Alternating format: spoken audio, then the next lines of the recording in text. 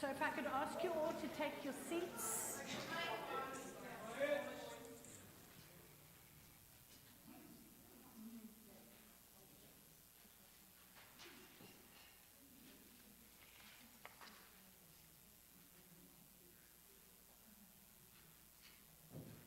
Got a few stragglers coming in. Morning, stragglers.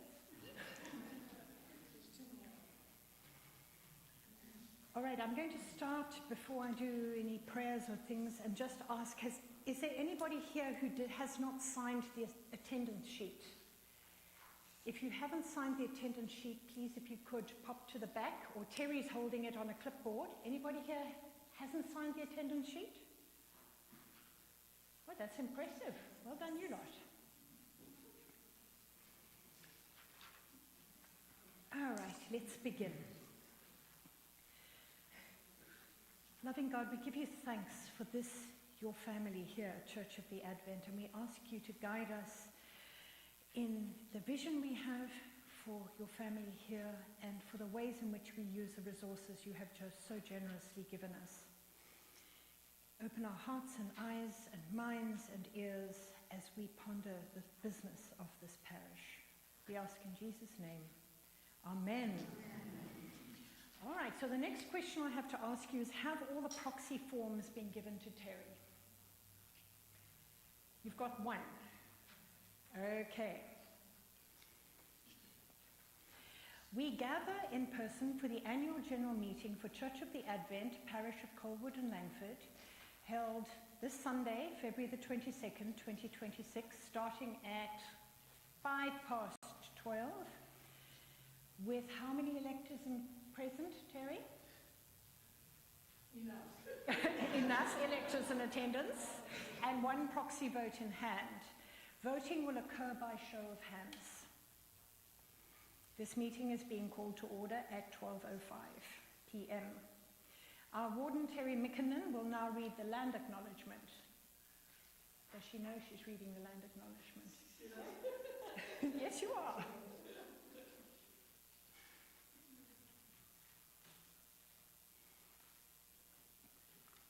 Somebody give her a bulletin.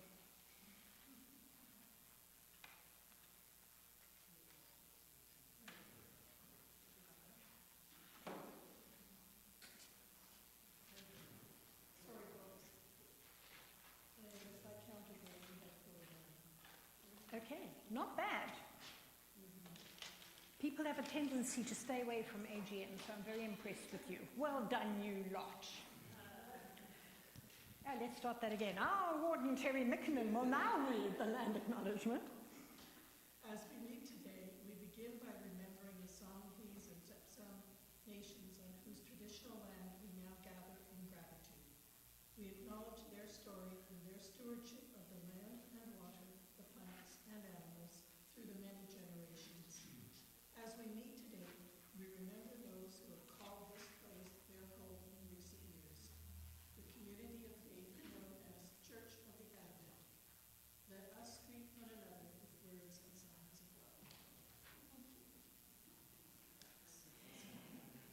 I am your friendly chair this morning.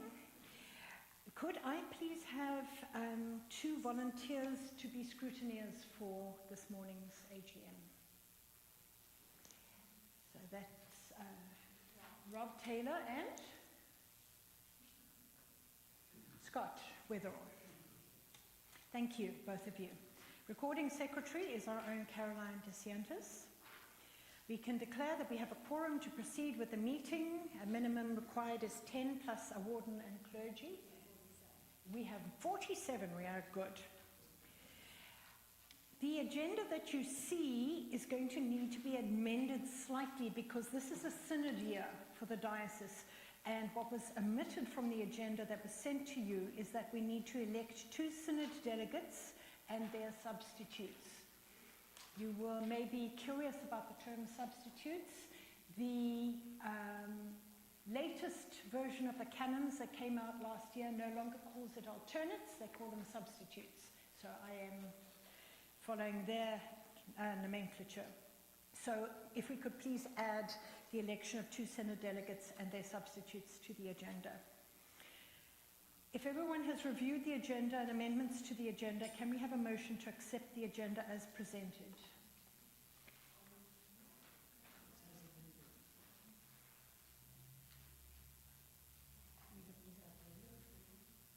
I'm leaving it to Caroline to write them down. Linda and Janelle. Thank you. All in favour? Any opposed? Okay, thank you. The motion is carried. If everyone has reviewed the minutes of the annual general meeting from last year, February the 23rd, 2025, let us have a motion to approve the minutes.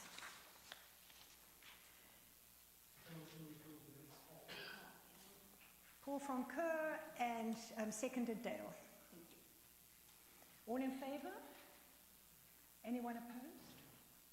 Thank you. The motion is carried. If everyone has reviewed the parish activity reports for 2025 that are included in the AGM report, we can now motion to accept the parish activity reports as presented. We will not read them at this meeting. Could I have a motion, please, to accept the parish activity reports? Bev? That looks like Keith. All in favour? Anyone opposed? The motion is carried. Our faithful treasurer, Bill van Sickle, will now present to you the financial statement of 2025 and the examiner's report.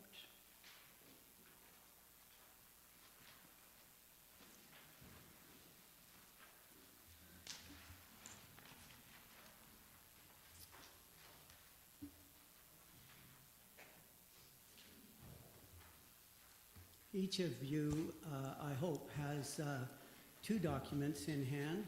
One is the formal financial statements for 2025 for the parish of Colwood and Langford, and also a single sheet, which is the proposed budget for 2026.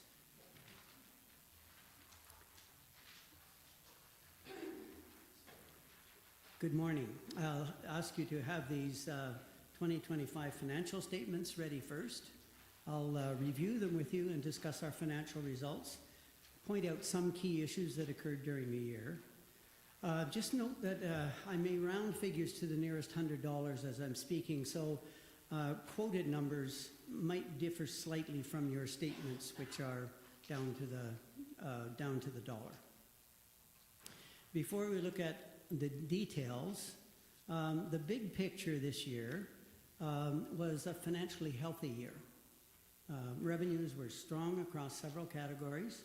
Expenses were well managed throughout the year, and we ended with a surplus of about $7,900.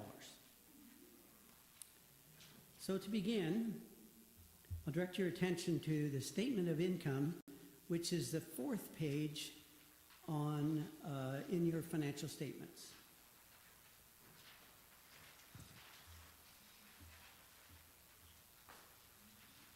And note that I'll be comparing, in my talk here, I'll be comparing columns 1 and 3, which is the actual results compared to the 2025 budget. So,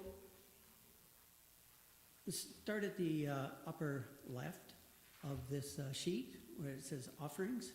In the offerings category, and I'll just go down some of the numbers in this category. Collection plate and envelope offerings exceeded the budget expectations, while pre-authorized remittances were lower than planned. Seasonal festive donations, for some of you may not be aware of what these are, they refer to the contributions from Easter, Thanksgiving, and Christmas appeals, and were nearly on budget this year. The item at the bottom, the other identifiable donors, includes unexpected donations for specific purposes, such as a gift from the United Way of BC, another for a new parish barbecue in 2025, and total offerings at the bottom of the page reached approximately $173,700, which was a 2.5% increase over budget. And at this point, I just want to thank all parishioners for your ongoing support. That's really very amazing. In our properties investments revenue, both surpassed expectations by a total of $14,000 or 20%, both due to higher investment interest and more facility use.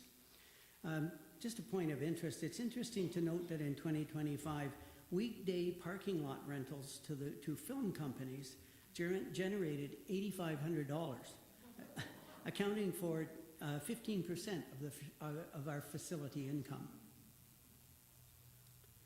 In the next section, the events section, this details our main fundraising results in 2025. We exceeded our budget of $23,500 by $2,900, a surplus of 12.5%.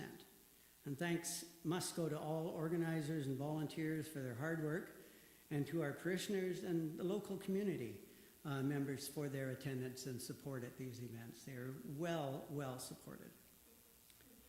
In the other receipts, recycling, returnable recycling containers revealed strong support in 2025, surpassing initial expectations as well. In the draws from other funds, in the other receipts section, draws from other funds, this line shows revenue transferred from our reserves and special funds.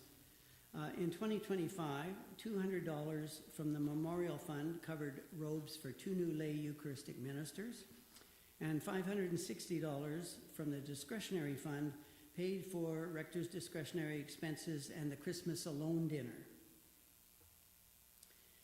And then a total of $3,000 was taken from the Rejuvenation Reserve Fund and brought into income to cover our portion of a building assessment report, which was completed in 2025.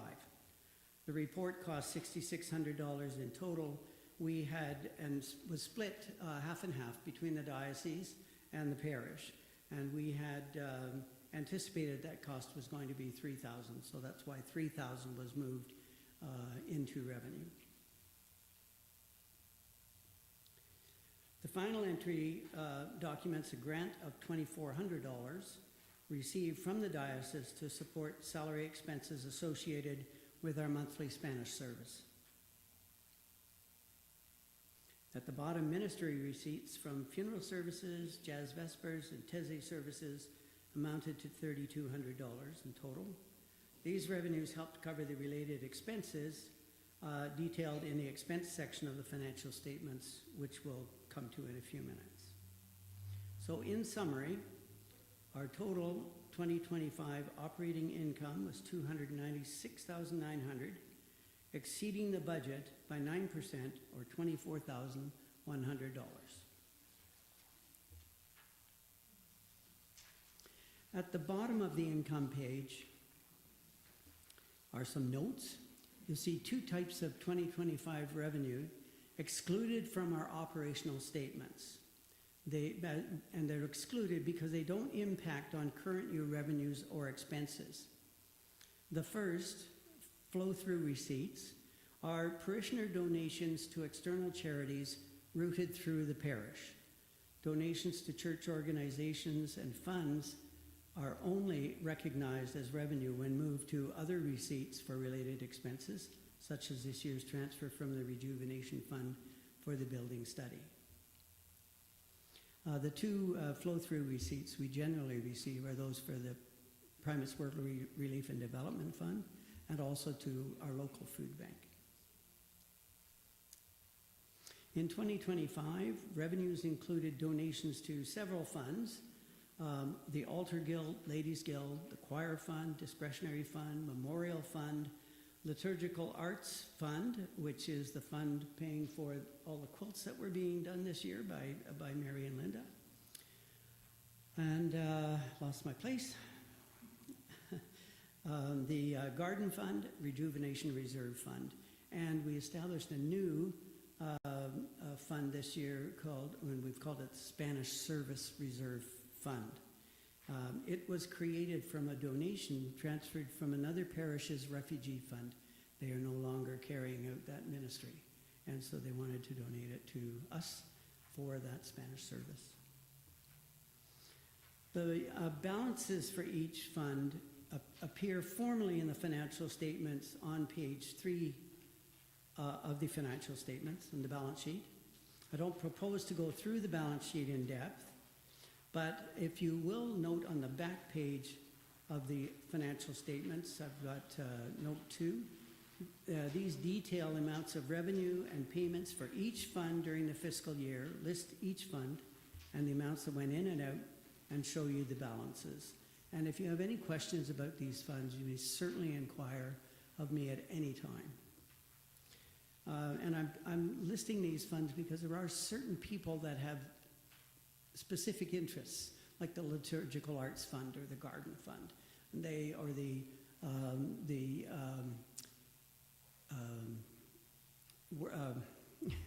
Altar Guild Fund, and people want to know what those amounts are during the year. That's about it for the income statement. Are there any questions at this point on income? Well, it's not a question, it's just a comment.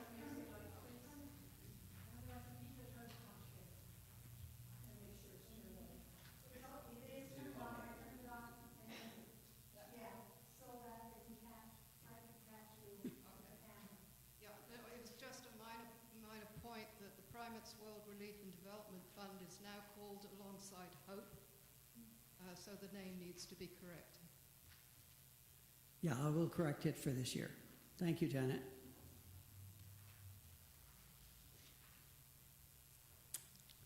If there are no others, let's move on to the next statement of expenditures.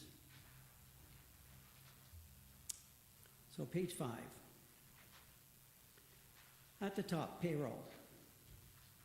Payroll makes up 66% of our operating costs and was about $700 under the 2025 budget due to the hiring of 3 staff members and using a cleaning contractor instead of hiring 4 employees. This lowered staff wages and benefits, but it increased honoraria and contracting amounts. So you'll see when you compare the budgets for those amounts, they're a little out of whack.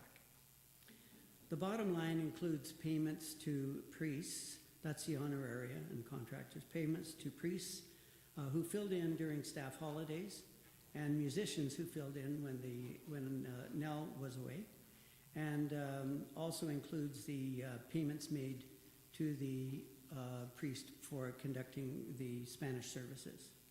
As you saw earlier, diocesan grant of $2,400 helped offset some of these expenses. In the administration category, expenses were about $900 over budget. Unplanned purchases of 2 new laptops to replace 2 old and unreliable units, as well as the need to upgrade the main Livestream computer to handle Windows 11, more than accounts for the administrative cost overrun here. Although unplanned, these upgrades were necessary, and in the case of Windows 11, urgent. We deliberately timed the purchase of the laptops to take advantage of extremely favorable Black Friday sales in order to keep this expense as low as possible. And thanks to Mike for taking that on. You're welcome.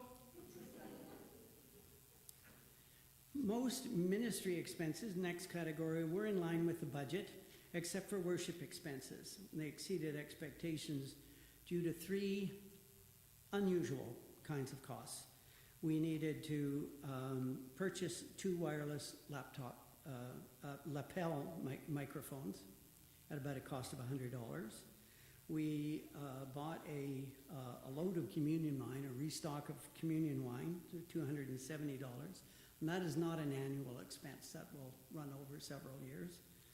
And we purchased we charged 2 lay Eucharistic minister robes to this expenditure category. But you will recall that the memorial fund was used. We brought in money from the memorial fund to offset those costs. So those are in revenue. You see the expense on the expense side.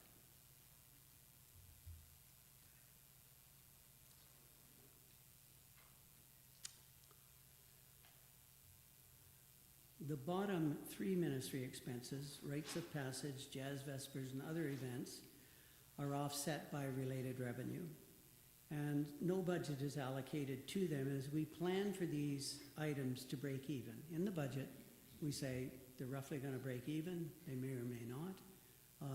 Time will tell, but so far, Jazz Vespers is doing better than budget, so we're pleased with that. And discretionary expenses in outreach covered the Christmas alone dinner and some other rector discretionary outlays, resulting in an over budget item here, but that were offset by transfers from the discretionary fund to operating revenue. Many parishioners also donated directly to support the Home Alone dinner.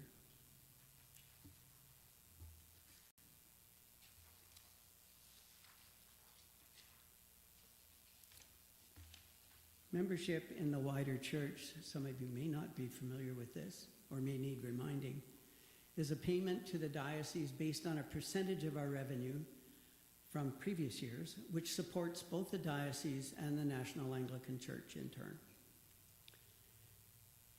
The 2025 assessment is set using our 2023 revenue, and our budget matches and it matches a budgeted amount because we know that figure well in advance of the current budget year.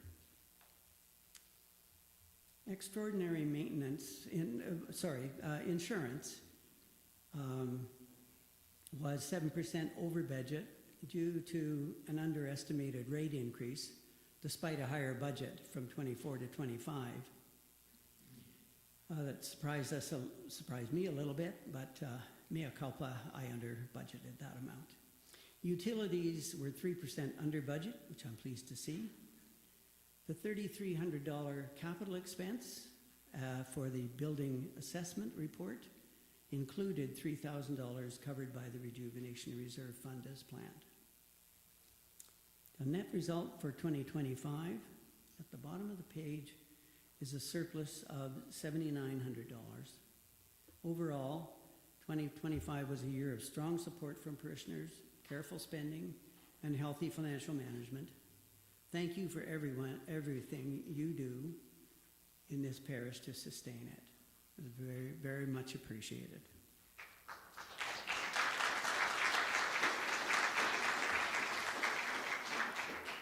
Are there any questions on the expense side of things?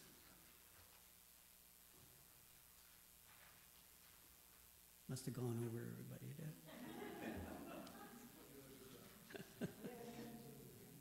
Okay, if there are no questions, do we need to stop at this point before we go to the budget? Okay, I'll put it on pause. So could we please thank you, first of all, for the wardens and I know how hard, and Linda probably knows how hard Bill works. We are blessed to have you as our treasurer, and I think we need to be more like that.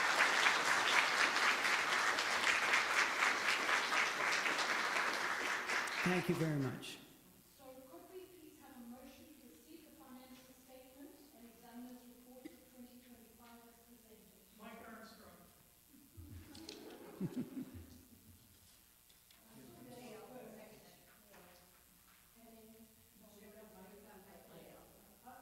One spoke. All right. And in favor? Ingrid, microphone, please. Right. Thanks. Rod. All in favour? Any opposed? The motion is carried. Bill will now present the proposed budget for 2026. Thank you. Okay, I'm referring to this single sheet, which is headed 2026 proposed budget. And again, we'll start with income and then look at the expenses for this current year. The revenue budget is pretty straightforward. Its nature is roughly the same as the budget for 2025, but it takes into account the following considerations. Offering revenues are based on actual revenue experience in 2025, Envelope donations are increased, but pre-authorized remittances have been reduced slightly by $1,300 to reflect what we received this year. And properties and expenses, these have been increased significantly to reflect the increased revenue for facility use in 2025. We can't count on large parking lot rentals, so the 2025 rentals of this nature aren't included in our expectations, but they're certainly included in our hopeful considerations.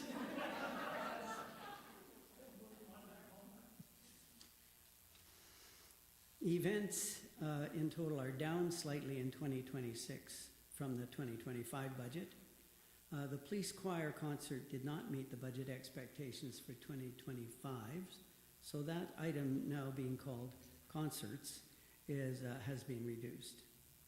We've also broadened the name of this event to concerts to allow for alternate opportunities that may arise beyond simply the police choir. Events, no, I just read that to you. In addition, a decision I know has been made to not hold the Dessert and Silent Auction event in 2026, and that would have been prior to this meeting. I haven't specifically reflected that decision in our 26 budget numbers, so we're a little bit vulnerable there, but there's likely room for us to absorb this reduction or to perhaps find other ways to raise events over the course of the upcoming year. I'm not too worried about that. In our other receipts, the budget reflects agreement by the diocese to provide the parish with a grant of $3,500 in order to offset half of the impact of the increase in our assessment for 2026. And you'll see that when we get to the expense side of our budget numbers. And in the outreach section, we're budgeting for the outreach ministries to break even. So no budget is shown for these items, as I explained earlier, in either receipts or expenses. The fact that Jazz Vespers is now tending to generate a small surplus gives us a bit of wiggle room in the budget, but it's not a sure thing, and we shouldn't count on it.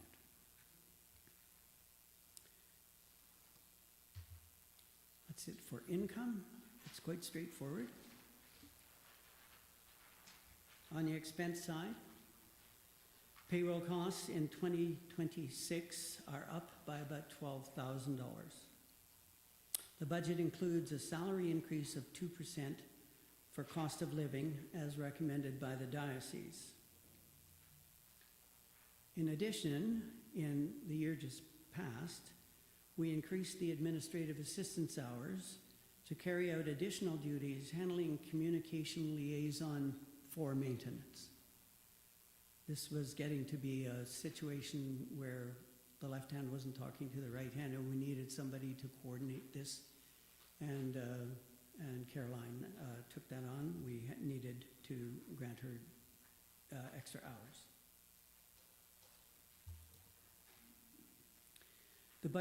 This budget in 2026 reflects the full year impact of that decision. And it also takes into account the change from employee provided to contracting for the cleaning.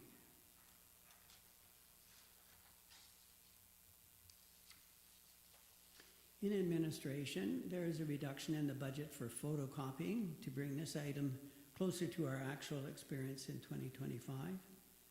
There is also minor tweaking to office expenses and the advertising items. And our program expenses are generally in line with their budgets, with the exception of the worship line. This excess expense resulted from those three unusual expenses which I explained earlier. And that's the wireless mics, the restocking of the communion wine, and the new lay Eucharistic robes. Rector's discretionary expenses are set to match the 2025 allocation. This is just a basic allocation to provide gift cards to people who may approach the rector for some short-term emergency assistance. And we have the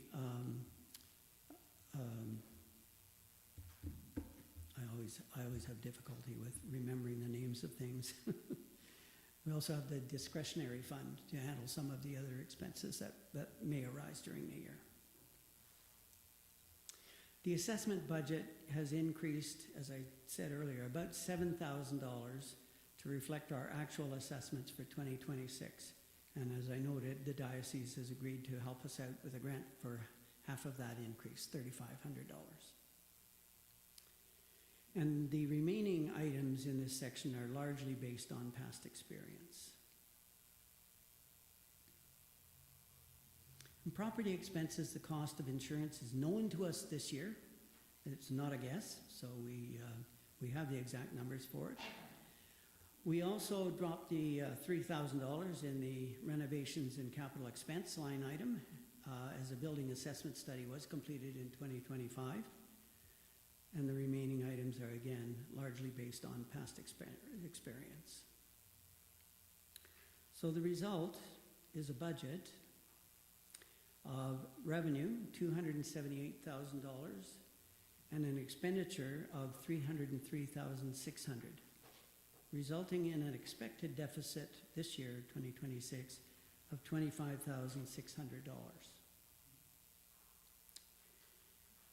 Now, not to leave you on a downer completely, there are three notes about this budget I want to mention. First, the siding replacement project is not included in this operational budget, and you may have noticed that and wondered why. It is a separate capital project, and there will be a separate capital budget set up for it when we go ahead with it. We don't have a cost estimate yet. Once we do, we'll create that budget, possibly start a capital campaign, likely start a capital campaign, and that may require a special congregational meeting during the year for approval. Okay? Second, it's important to recognize that due to the nature of our parish's ongoing operations, annual increases in costs are to be expected. Consequently, I recommend that each of us, review our level of giving and consider, if possible, making incremental increases, however modest they may be. And third, just speaking about deficit budgeting, it's neither desirable nor sustainable over the long term. However, experiencing an occasional deficit at this stage in the parish life does not pose a significant threat to the parish's financial stability. Our retained earnings from prior years and prior surpluses provide some protection. And while I wish to reassure you of our financial position, it is essential that we not become complacent or assume that there are no concerns to address. I would not like you to go away from this meeting with that too rosy a picture. In conclusion, although it appears unavoidable for us to incur a deficit this year, I am fairly optimistic that the outcome for 26 will be less severe than projected, and I recommend the budget to you for consideration and approval. That concludes my budget discussion.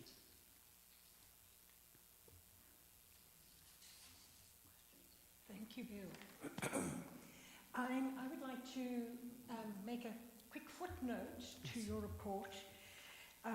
Those of you who are familiar with the idea of an assessment by the diocese will know that they don't usually give us money back when we complain about the assessment. That is not what actually happened in this case. You will remember that when we looked, this leadership team looked at what we were paying our staff, and we realized that it was unjust and immoral, and we needed to provide our staff with market-related salaries. And you will remember that Bill made an absolutely passionate plea to all of you to please could we step up so we could do the right thing and pay our staff fair market-related giving. Well, salaries. What happened then is our giving suddenly spiked, which was fantastic, but that meant that our assessment also went up. It was a catch-22, and I went back, Bill and I talked about the sudden $7,000 additional dollars on top of our previous year's assessment, and we were worried because we know it's a capital campaign year, and we just felt we didn't want to burden all of you too much. So I went back to the bishop and I said, look, we understand why logically this has gone up by another $7,000, but you need to understand we have to replace the siding. This is going to be a significant capital campaign. We cannot ask our parishioners to give in all directions and to increase their giving that much, and it was only for that reason that they forgave for this year half of that extra 7,000 increase. This is not general practice. It was mostly my pleading skills. So I just wanted to let you know that was the background behind that. Thank you, Ingrid. Yes. Come to the mic, please.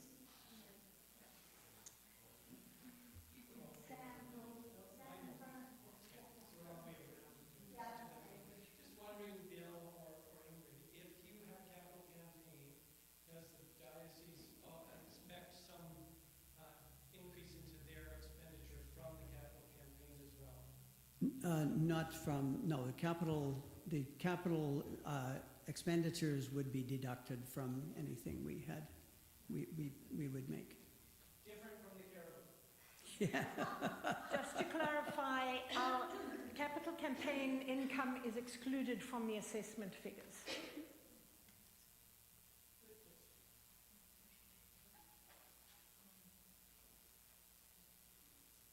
If there are no further questions, oh.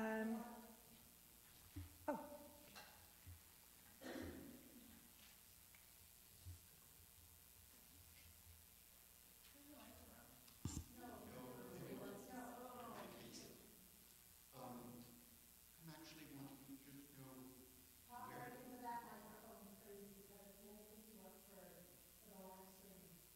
I'm sorry.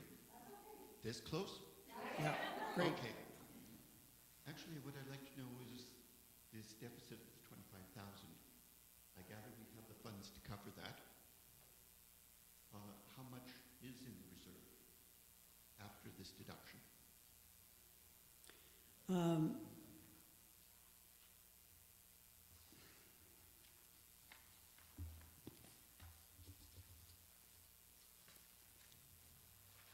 If you look at your balance sheet,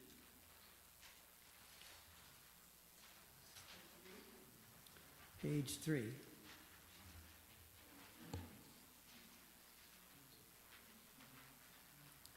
you'll see that the current surplus from 2025, right at the bottom of the page, in the 2025 column, you'll see that the current surplus from 2025 is at $7,900. And added to previous surpluses, retained earnings is $94,865. So that's the number I think that you're looking for.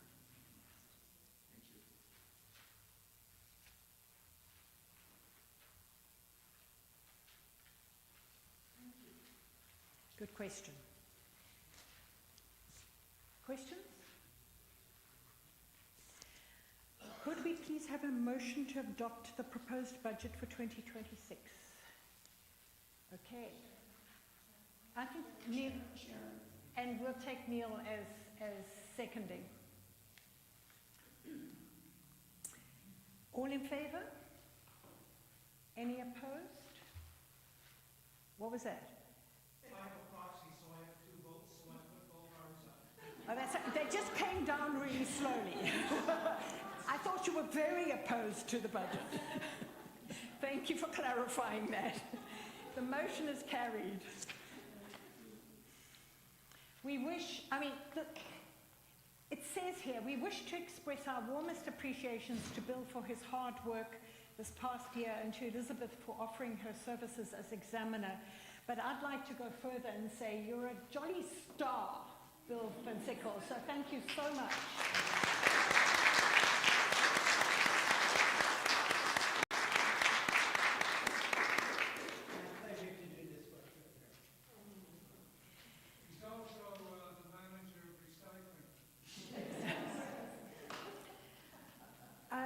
given us an update on the status of the church siding. Once we have figures, we will need to have an extraordinary meeting, general meeting, to make decisions as a parish about that.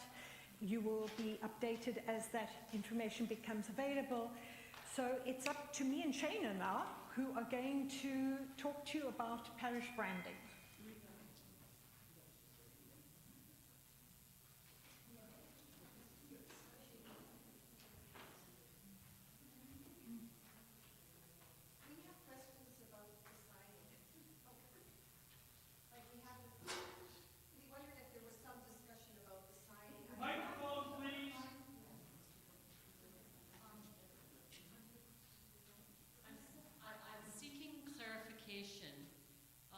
Because there was no change to the agenda regarding the siding project, and I'm just wondering why are we not talking about the siding? We did talk about the siding project. Oh, At the end of his presentation.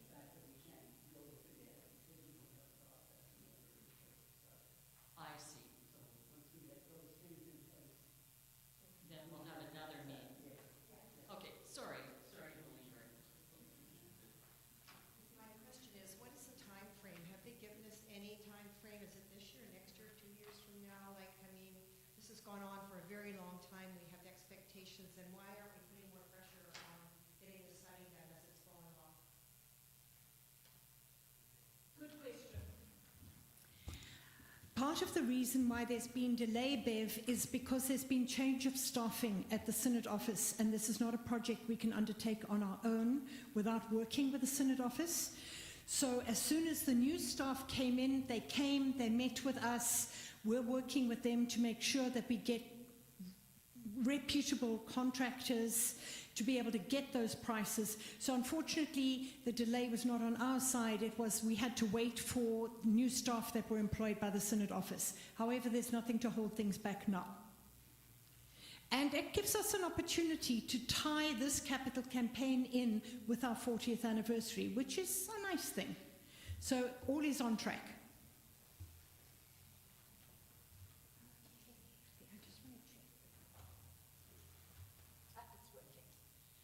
All right, so this is Shana and myself, who basically are the marketing at Church of the Advent.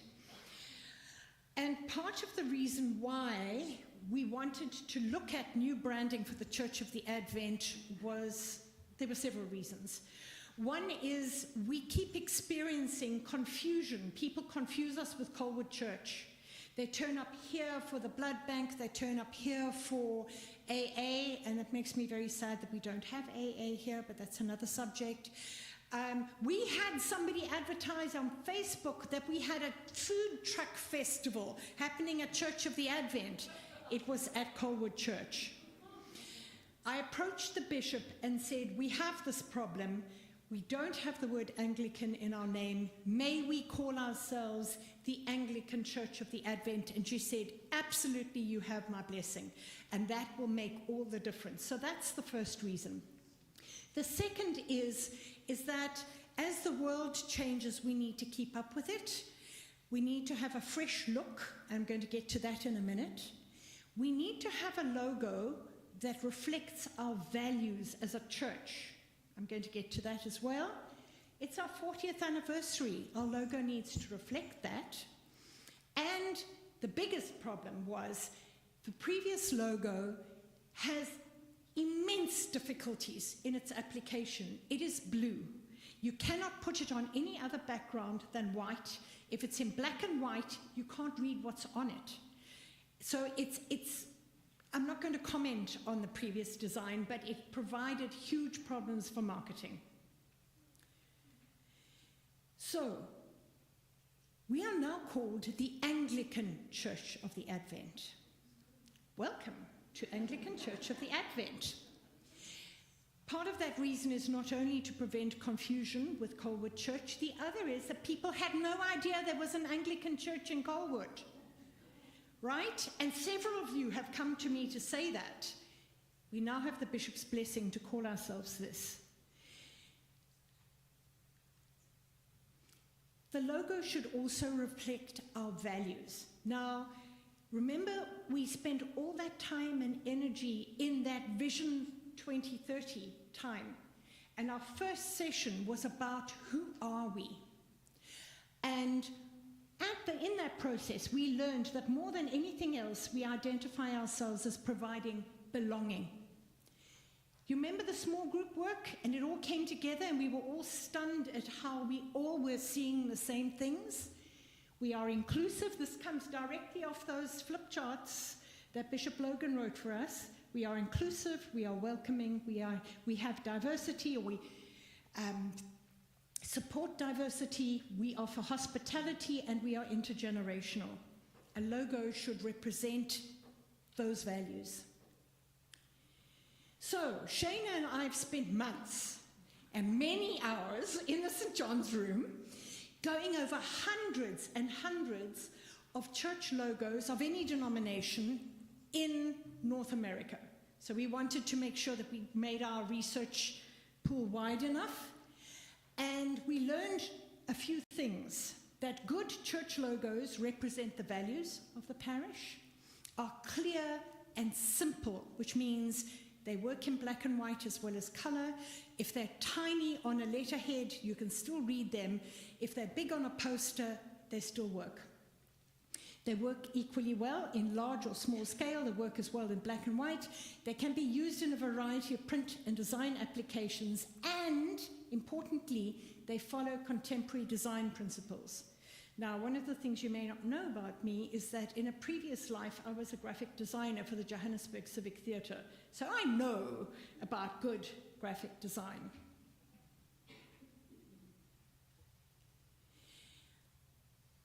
So we worked hard to represent elements of our values in the proposed logo.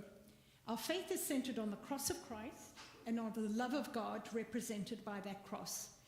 We wanted rainbow colors to represent the inclusive and diverse nature of our parish. We wanted a star to represent the name of our parish, Advent. We wanted to hint at the quilting ministry of our parish, which actually is a thing. It really is a thing. People come and they notice and they talk about the fiber art that we do here. And we wanted to highlight the word belonging, chosen by the parish as the best way to describe our ministry. Should we do a drum roll?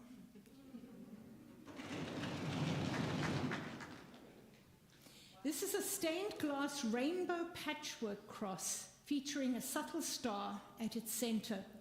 The cross has gently sloping angles, providing a gentler, friendly impression. In other words, we're not rigid. We also had to choose fonts. Don't worry, it's coming back again. And this is where you guys come in. Beleza is the one that is a little more traditional at the top, but not too traditional. It's not Garamond or Times New Roman, but it still has a kind of a traditional feel about it. Proxima Nova is the one in the middle, which is a clean sans serif font, pretty bold. And the one at the bottom, Bauhaus, is a trendy, youthful look. That's the first thing that we are asking you to choose between the fonts. Also, there are two different ways of putting the name of the church. We could either have it as it is now with capitals and lowercase, but a number of the churches that we saw that had really good logos had the name of the church all in lowercase. And we found that that made it look more contemporary and more friendly and more youthful. I don't know what you think, but we want to hear. So, between either capitalized and lowercase or lowercase entirely.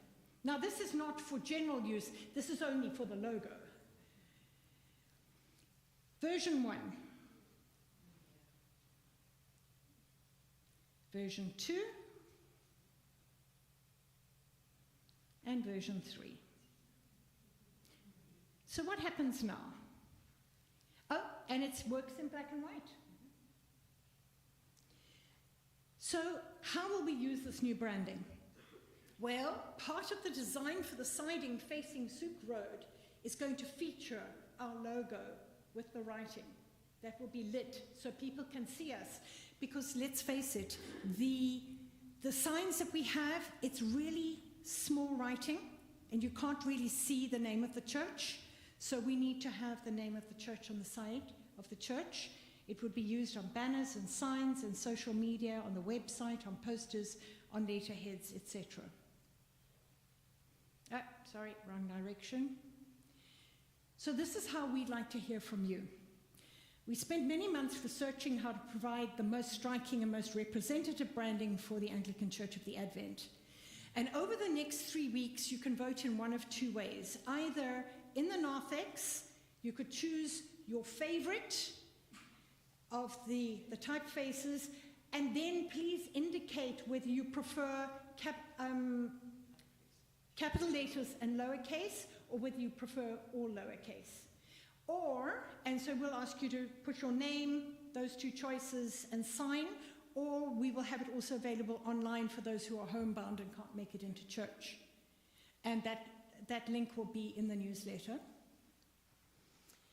So choose your favorite, sign the sheet, indicate whether upper and lowercase or lowercase lettered. So for the next 3 weeks, we're going to ask you to give us your input.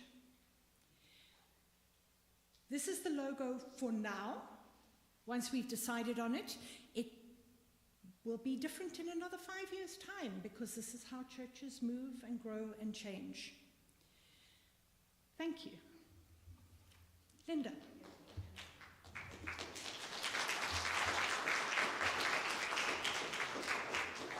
Yes, thank you to both of you for all the work you've done with this. Just one question. The third font option, it seems to be in a less bold. Yes. Is that deliberate, or would it all be as bold as the first two options?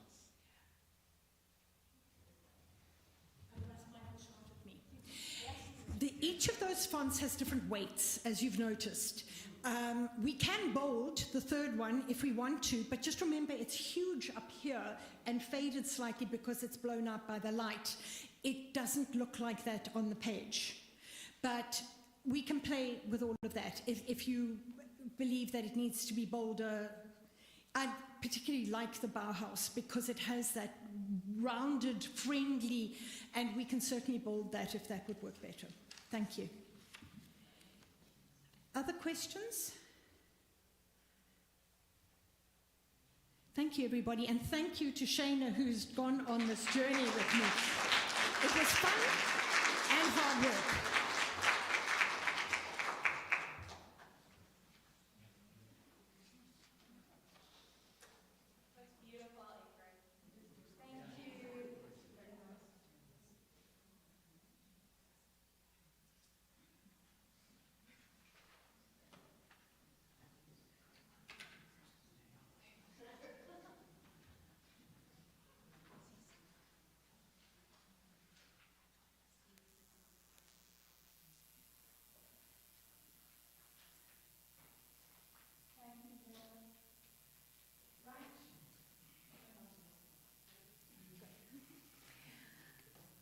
We move on in our business now to the election of new members of Parish Council, and I would like to give and offer our sincere thanks to both Alua Palumi Ogoroju and Bob Nichols, who are coming off Parish Council this year, and our heartfelt thanks to you for all your contribution, your very hard work and your service, and wishing our best wishes for your master's studies, Alua Palumi. Thank you.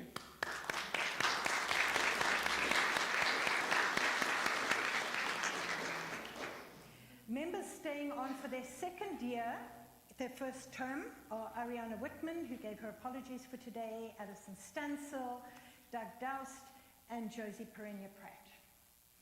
Thank you very much.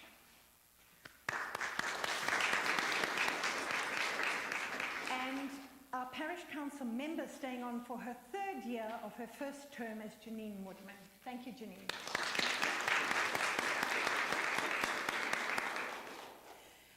Because the military has a nasty habit of moving the people we love so much, we are out of sync with we try to have a structure. We bring in three people, three people stay for their second year, and then by the end of the third year, 3 people move off, and that all got thrown out of sync completely. So this year we need 4 new members of parish council. Nominations for members of parish council have been received and accepted for Myrna Adams, Paul Francoeur, Priscilla Samuel, and Scott Wetherell. Are there any further nominations from the floor?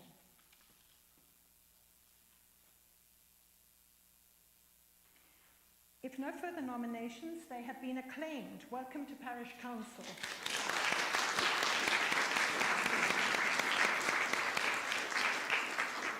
Some of you may not know the names. I know Priscilla's not here this morning, but if Scott and Myrna and Paul could stand, please. I'm not Myrna. That's Myrna. That's not Scott, that's Paul, and that's Scott. And Scott, they're not allowed to move you. They can talk to me. Thank you.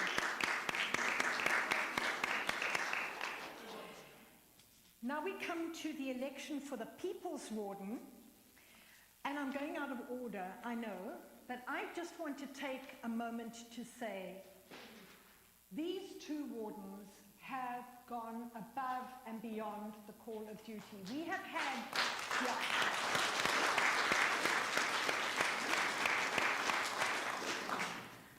we have had some really interesting times over the last 3 years, most of which you had no idea of because we just professionally got on with it in the background and fixed it, and they have been extraordinary, and I'm seriously going to miss the 2 of you. Our meetings on Tuesday mornings have always been characterized by hilarious laughter, lots of it, and I'm going to miss that. So thank you to both of you.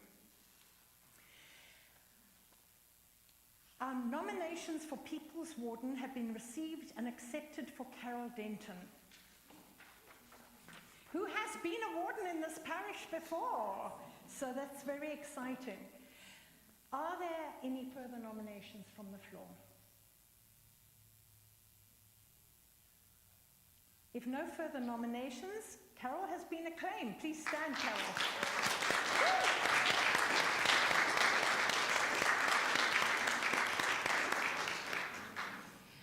Could I please have a motion to accept Carol Denton as People's Warden? I so moved, Josie, and seconded by Paul. Sorry. Do we have any, all in favour? Yeah. Oh, he's very enthusiastic. I think you have a fan, Carol, up there. Any objections? The motion is carried. Thank you very much. And Carol, welcome on board. I would also like for us to acknowledge Shana Wallace, who has been appointed as the Rector's Warden. Welcome, Shana.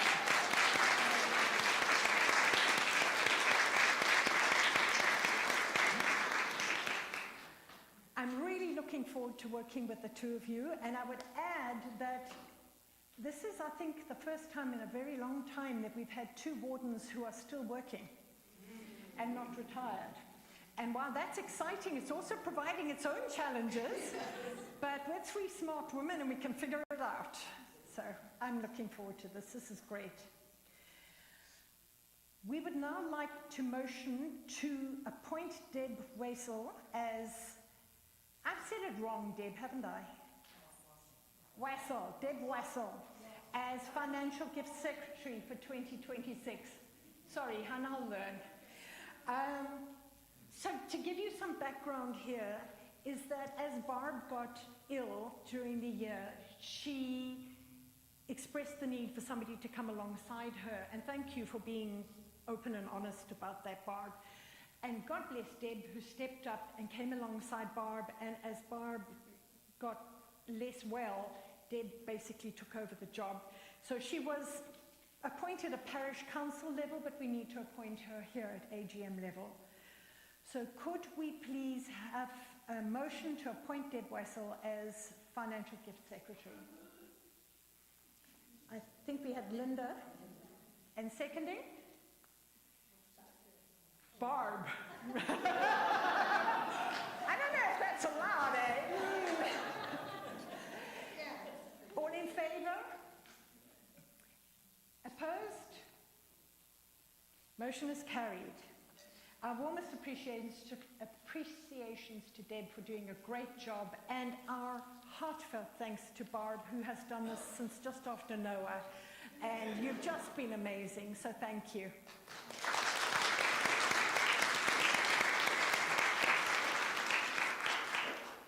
We now need a motion to reappoint Elizabeth Bennett as the examiner for 2026, and I'd like to take this moment to say thank you to Elizabeth, who despite ill health has been utterly faithful and done this very important job for us, and we're very grateful. So could I please have a motion to reappoint Elizabeth Bennett as the examiner for 2026? So moved. Okay, well, I think we had Alison first and Neil seconded. All in favour? Opposed? Motion carried. Right, so Diocesan Synod takes place again this year on Saturday, November the 21st. It looks to be a little more exciting than the one we had last time, which was all about the canons and was quite a legalistic process. This year we're looking at diocesan matters. It takes place on Saturday, November the 21st. It is one day only. It will take place in Victoria. We require 2 members of the parish to attend as synod delegates and 2 members acting as substitutes. Could I please have volunteers or nominations from the floor for the 2 synod delegate roles? Oh, God bless you, Jim. I knew you were going to volunteer. Jim Haymar. Thank you, Carol Denton. We need 2 substitutes, what we used to call alternates. That's in the case of somebody being ill or something unexpected happens. It doesn't usually happen, but it did happen last time. I remember picking you up in pouring rain. Yeah. So 2 substitutes, please. Saturday, the 21st of November, here in Victoria. Okay, Paul? Scott, thank you. If there are no further nominations, they have been acclaimed. Thank you very much, guys.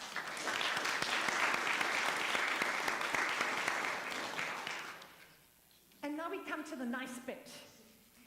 Finally, we want to extend our deep appreciation to the parish for their continuing support in 2025. And I want to go beyond that and say, the ways in which you guys have showed up again and again. I see you. I see you laying books out on tables. I see you helping out in the kitchen at parish events. I see you cleaning up in the garden, setting up for Altar Guild, working with the choir, showing up again and again and again. And I really appreciate it. I really do. Don't ever for a moment think that I don't see what you're doing, because I see. I'm a mom. I see everything, right? Thank you. Thank you for enabling us to have a financial report with a surplus that Bill was able to give us. Thank you for showing up in ways that we didn't even expect, and you just were there for us. You are what makes this parish work, and I'm deeply grateful for you. Moving on to the second last motion, could we please have a motion that we affirm the votes by show of hands? Okay, Scott and Deb. I'm not entirely sure what this is, but I'm doing what I'm told. All in favour? Any opposed? I think what this is that we did votes by show of hands rather than by ballots, paper ballots, I think. It comes from the canons. Don't question the canons. Now, I know exactly who's going to vote for this. Could we please have a motion to end the meeting at... I didn't get to finish. finish my sentence at 1:07.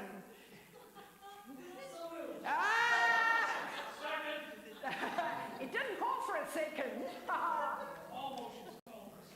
Please stand and we will say the grace together. And our tradition with saying the grace is that we don't just look down at our hands, but we look at each other because we are a community together. Yes. I just wanted to say thank you to Ingrid for everything, because without you, we wouldn't be who we are. So thank you.